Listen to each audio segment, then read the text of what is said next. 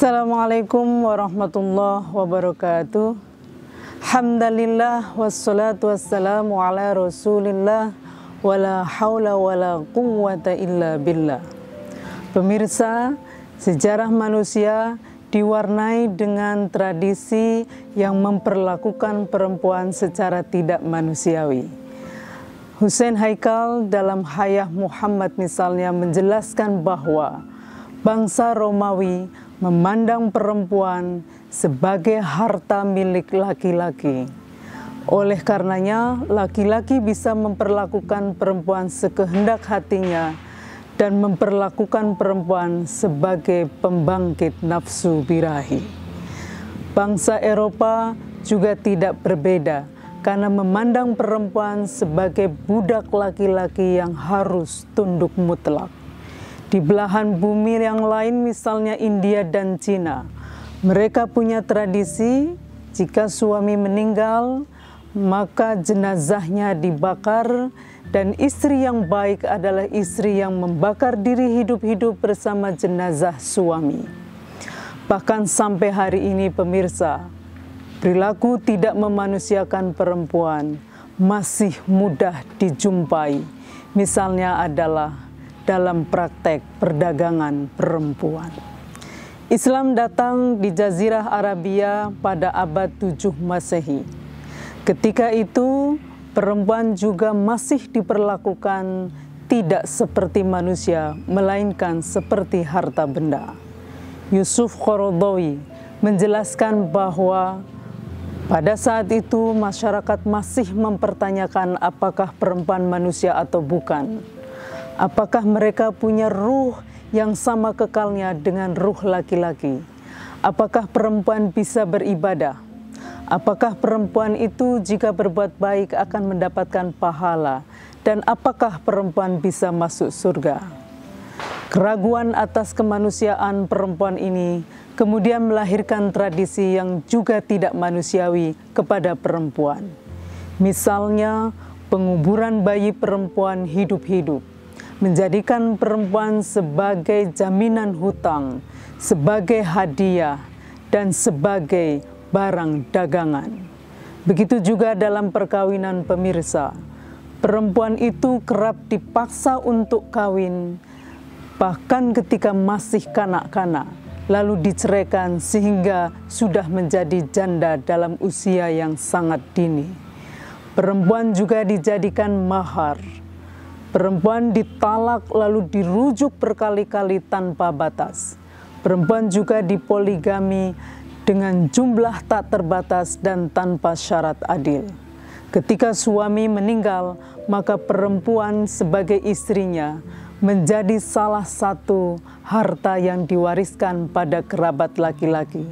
Dan kerabat laki-laki sedarah yang mewarisinya kemudian dipandang berhak untuk menyetubuhinya sehingga terjadilah persetubuhan inses.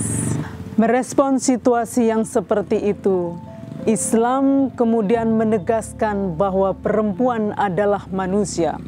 Maka perempuan mesti diperlakukan secara manusiawi. Ketika Al-Quran menegaskan, وَمَا خَلَقْتُ الْجِنَّ وَالْإِنسَ إِلَّا لِيَعْبُدُونَ, tidaklah kami ciptakan manusia, baik laki-laki maupun perempuan, dan jin, kecuali untuk menghamba kepadaku. Maka ayat ini mempunyai makna bahwa laki-laki dan perempuan sebagai manusia punya status melekat di dalam dirinya sebagai hanya dan hanya hamba Allah. Penegasan status dan mandat laki-laki dan perempuan sebagai manusia tadi pemirsa, kemudian diiringi dengan perubahan besar-besaran selama 23 tahun masa kehadiran Islam. Islam melarang keras penguburan bayi perempuan hidup-hidup, menjadikan perempuan sebagai barang dagangan, sebagai hadiah jaminan hutang. Mengubah yang tadinya perempuan sebagai mahar lalu menjamin mahar itu sebagai milik perempuan. Awalnya perempuan diwariskan, kemudian perempuan dilarang untuk diwariskan, bahkan mendapat warisan, dan dia pun bisa mewariskan hartanya. Awalnya perempuan dipoligami dalam jumlah tak terbatas dan tanpa syarat adil. Kemudian Islam membatasi maksimal 4 dengan syarat adil dan ditegaskan bahwa adil dalam poligami itu adalah sesuatu yang sulit. Lalu Islam pada abad 7 Masehi sudah mendorong manusia untuk melakukan monogami. Wa in khiftum alla ta'dilu fawahidah. Kalau kalian khawatir tidak bisa berbuat adil karena adil itu adalah sulit, maka nikahi satu saja. Melihat perubahan terus-menerus terhadap kedudukan perempuan, peran perempuan, maka Umar bin Khattab, salah satu sahabat terkemuka Nabi, memberikan kesaksian. Wallahi inna kunna fil jahiliyati ma na'uddu lin nisa'i amron hatta anzalallahu ma anzala wa qasama lahunna ma qasama. Demi Tuhan, kami selama masa jahiliyah sama sekali tidak memperhitungkan perempuan, sampai Allah berkali-kali menurunkan firman-Nya, menyebut-nyebut mereka, menegaskan bagian mereka, maka kami pun baru sadar bahwa perempuan itu ada dan perlu diperhitungkan.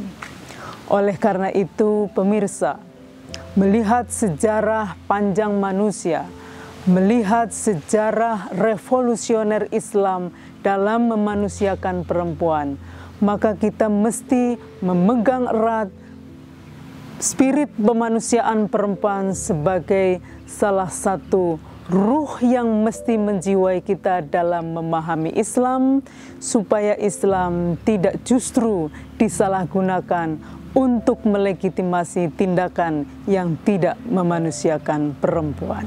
Terima kasih. Wallahul muwaffiq ila aqwamit thoriq. Assalamualaikum warahmatullahi wabarakatuh.